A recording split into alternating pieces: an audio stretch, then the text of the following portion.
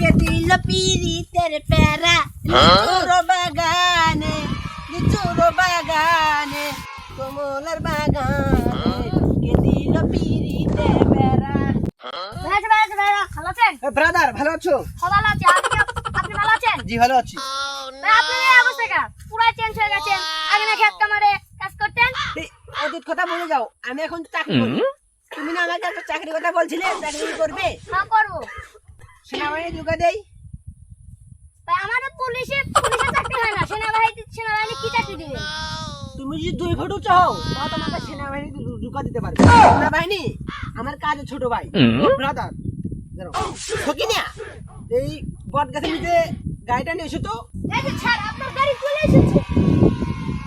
তোমরা দেখো আমি চলে যাই। ভাই আপনি কি গাড়ি চালাতে পারবেন?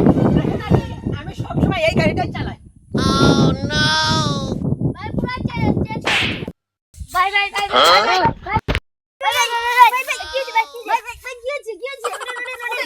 কিছু হয় নাই।